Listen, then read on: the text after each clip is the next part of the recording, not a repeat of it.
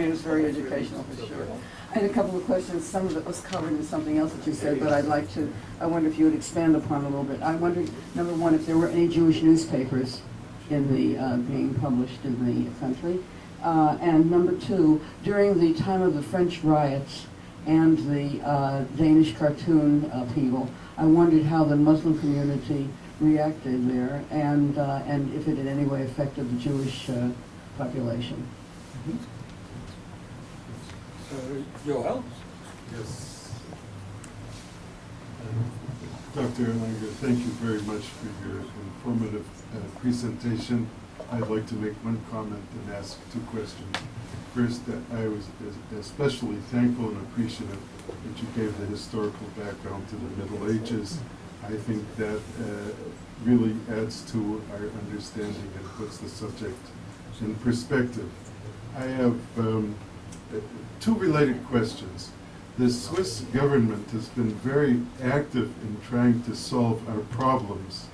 I thought that Switzerland was a neutral country, but it seems to apply to everybody except the Jews.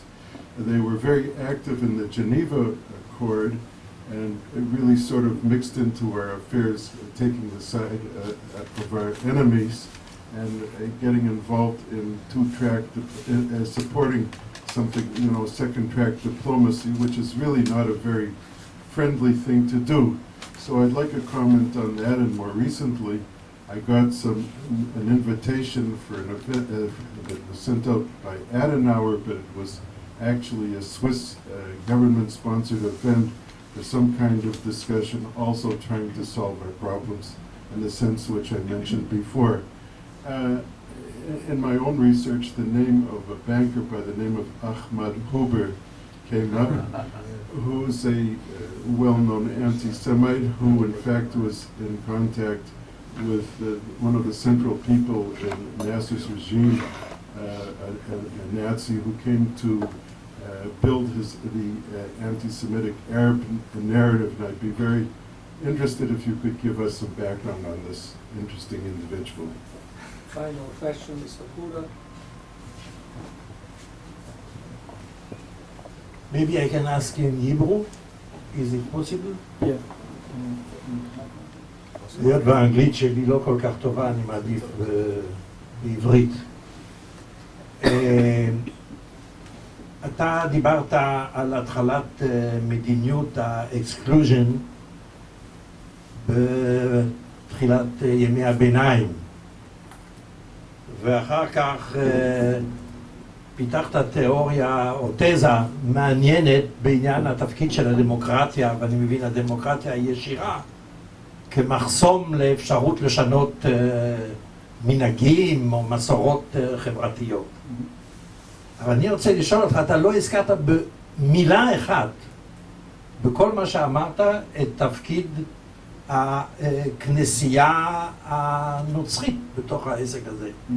ימי ביניים, דמוקרטיה, יש בכל זאת אירופה, וכמה שאני מכיר את שוויץ, ואני מכיר קצת את שוויץ, היות ולפניך גדלתי כצעיר בשוויץ לפני שבאתי לארץ, אז אני הייתי מודה לך אילו היית מתייחס לנקודה הזאת של הכנסייה באנטישמיות אז והיום מה קורה.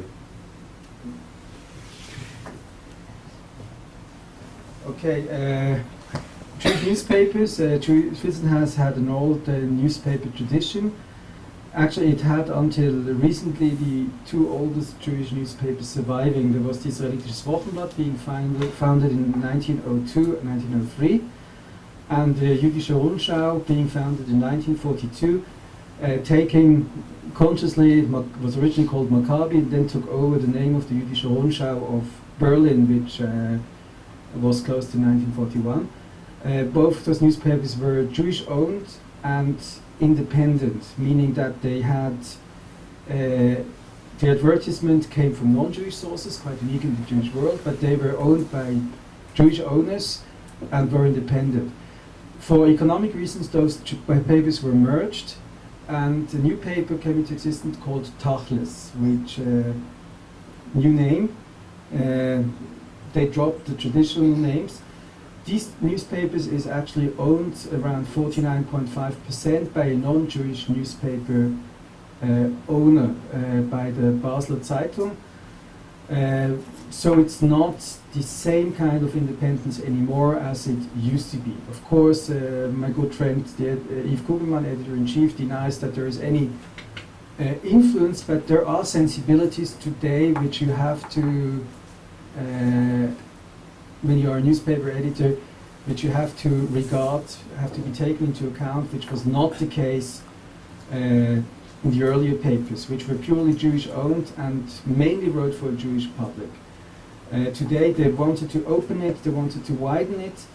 They, for economic reasons, they brought in a non-Jewish editor, and in my opinion, but I'm sure if Kugelmann would argue with me about that, there is an influence felt. It's not the same independent posturing or independent standing on Jewish issues as they used to be in both newspapers.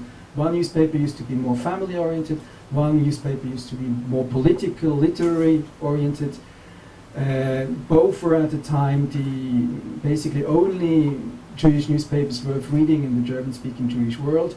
Now there is the Allgemeine in Deutschland, which in Germany, which has risen to be really a good, well-made newspaper. There's also competition. But your question is, there is a Jewish paper, but it's not independent anymore. Of course, they're smaller. There's a Haredi paper for the Haredi community. There are community papers. There are smaller papers around.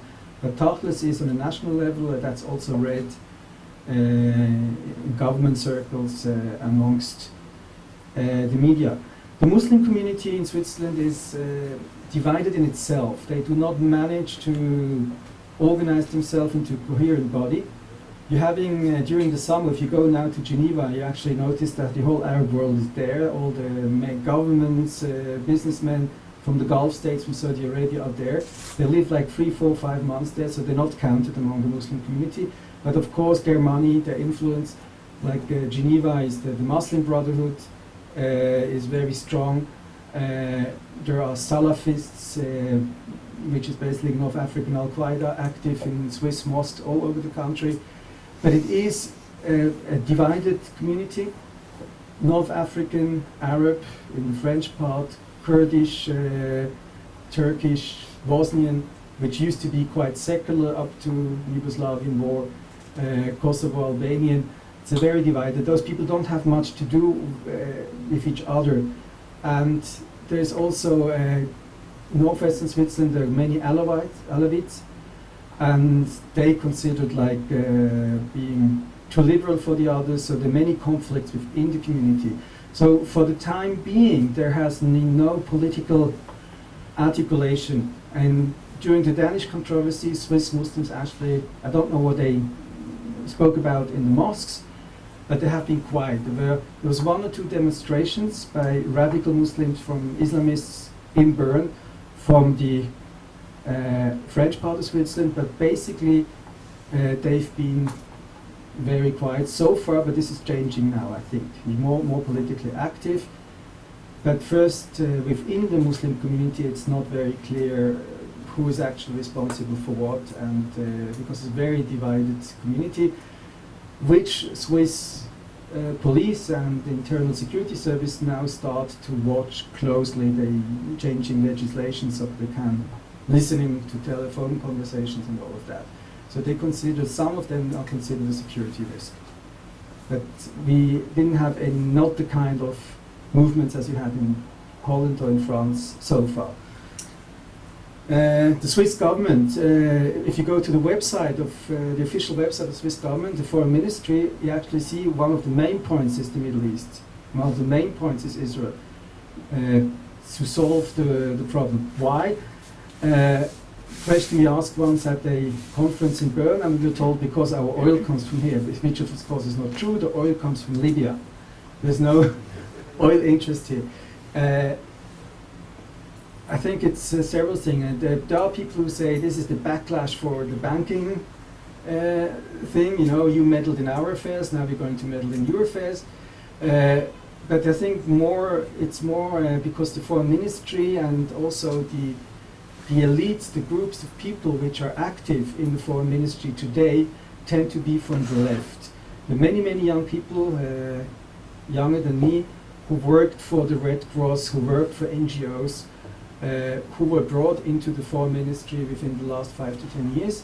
And for them, for the new left, this is a very central, very defining issue, and I think all over Europe. I mean, that's, you can see them all over Europe. The left today, anti-Americanism, and also the conflict in the Middle East, by which they only mean, they don't mean Lebanon, they don't mean Syria, they mean Israel and the Palestinians.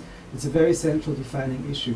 I think it's because this generation of people is at the moment active in the foreign ministry. This of course can change. Now, Karl Mireille, the foreign minister, is at the moment there's pressure applied her being replaced by somebody from the Swiss People's Party, more to the right, so things might change. She has also, the left in general, the Social Democrats in general, have had the attitude of Switzerland has to get involved, has to give up neutrality. Neutrality is not fashionable anymore, we have to be active in the world. So they're behaving a bit like converts behave, like keeping out of the United Nations forever, and then within 2-3 years telling anybody what to do, setting up the initiating the Human Rights Commission, the new, which is now worse than the older one. So like sometimes you see that with converts from 0 to 100 kilometers per hour within 2 seconds, and more extreme than anybody else. I think that is also a getting out of the traditional isolation, playing a more active role. With the foreign ministry, it's also personal involvement. Her husband, Kalmi, is an abbreviation of Kalmanowitz. Her husband passed from Romania through Israel to Switzerland. So there are also connections on a personal level, a personal interest of hers, actually, I would say. Maybe it's well-meaning, maybe not, but it is also, I think it's on a personal level. She has been under attack, the foreign minister has been under attack by the right, middle right. What is the Swiss interest here actually? You're doing all this activism to no effect whatsoever. Nothing's coming out of it. The whole Iranian thing about inviting a Holocaust conference to Switzerland, if she said it, if she didn't say it, it's an argument about it. So, to no effect whatsoever, what is the Swiss interest? Please define the Swiss interest, she's told now. There's been a bit argument within Switzerland now. What is the Swiss interest in all this? Because people actually can see no Swiss interest in it. I mean, if you do policy, you also have to be able to back it up, and Switzerland simply does not have the resources. You were asking also about Ahmed Huber.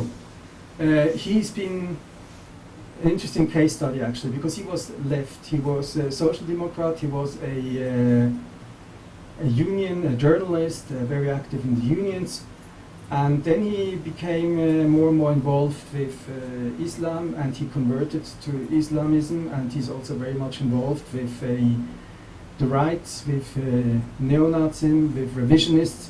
He's a persona non grata today in Switzerland. There was a time when he was like a famous journalist. Remember, as a teenager, he spoke in the Jewish community center of Basel, even at the time, was still respectable. He's not respectable these days anymore. He moved from the left to Islamism and to neo-Nazism. And as such, he's an interesting case study, as are other examples in Germany and in France. He belongs to that very small, but still nevertheless existing intellectual movement of activists from the left, from extreme left, who turn to Islam, and then also to fascism, actually, I must say. So in Switzerland, he's not a public figure anymore, but his name usually shows up when there's some kind of conspiracy, like some kind of trial. There were several investigations into Al-Qaeda financing, and his name always showed up there. The church, yes, sorry. The church, of course, is very important because it was the church's teaching, in my opinion, which contributed to this constant anti-Semitism. On a popular level, why the people on the countryside, the farmers, until very recently, late into the 19th century, early 20th century, were very much influenced by the church. Be Catholic, be Protestant. Switzerland being the cradle of Protestantism, one of the cradles, and the teachings were largely anti-Jewish in a traditional sense. It's not the anti-Semitism, 19th century scientific anti-Semitism, but very traditional. Up till the Second Vatican Council, the farmers in the Alps used to have this prayer in the evening, dear God, prevent us, they would stand up on the mountains in the evening, the sun would go down, very beautiful, and they would say this prayer loudly into the mountains, and one of the sentences was, dear God, please prevent us from the evil Jew. Behüt uns vor dem bösen Jude. They abolished that after the Second Vatican Council, but of course this has had a very, very strong influence. Switzerland, having said that, Switzerland is also the birthplace of Jewish-Christian dialogue. In 1946, the Salisbury Convention. So lots of work, this whole rapprochement, especially between the Catholic Church and the Jews, went via Switzerland. And today, the Church officially, of course, is not only not anti-Semitic, but very much against it. I must say the Catholics more so than the Protestants. The Protestants still have a major problem, in my opinion. It's also much easier for the Catholics. The Pope decides, some commission decides, and then it's done. And it's very, nobody asks people on the ground what they think. The Protestants voting in congregations and all of that. And there are certain branches of today of the Protestant Church, especially in Bern and in Romandie, in the French part of Switzerland, which are openly anti-Israel, pro-Palestinian, in a way which the words they use and so on is reminding one of the old church anti-Semitism. The church, having said that, of course, in the last 20, 30 years, the public influence of the church has declined rapidly. There was a scandal in Switzerland where they put a bishop on most of Switzerland, which the Swiss church did not want. People left the churches by tens of thousands. I think the public influence of the churches is at a historic low. What is gaining momentum at the moment in Switzerland is the free churches, evangelical churches, American-style evangelical churches, which collect the young. Maybe as a reaction to rising Islamism in Europe, but those evangelical churches, I think, is something to watch, because at the television station where I used to work, around 2/3 of the people there were members of evangelical churches. So everybody leaves the official Catholic Church, everybody leaves the Protestant Church, but they are attracted to the evangelical modern church where you're having rock musicians and everything is non-committant. There's a kind of non-committant Christianity. The problem being that there you have two branches. One is very much anti-Jewish as it was before the Vatican Council, and one is very much pro-Israeli, as like American fundamentalist Christians are that same kind of line of thought. So there you're having two developments, and I don't know at the moment, it's something which only the last years gained momentum. These free churches, evangelical churches, there was last year, they brought 50,000 young people to a football stadium in Basel, which only has space for 35,000, so they had a problem. And everybody was waving Israeli flags. And the newspaper Tachlis had an argument, should we support these people, should we not support these people? Because actually they're waving Israeli flags, so they're very much pro-Israeli. On the other hand, in the end, they want us to convert to Christianity. So I understand discussions also going on in Israel with respect to support by American fundamentalist Christian groups, but that's the situation. So officially the Catholic Church is very much against anti-Semitism. With the Protestant Church, picture is a bit more complicated, and the influence of both churches is sinking and evangelicals are rising. Thank you very, very much. Thank you very much. Thank you for an excellent lecture, which has elucidated for us a mysterious country.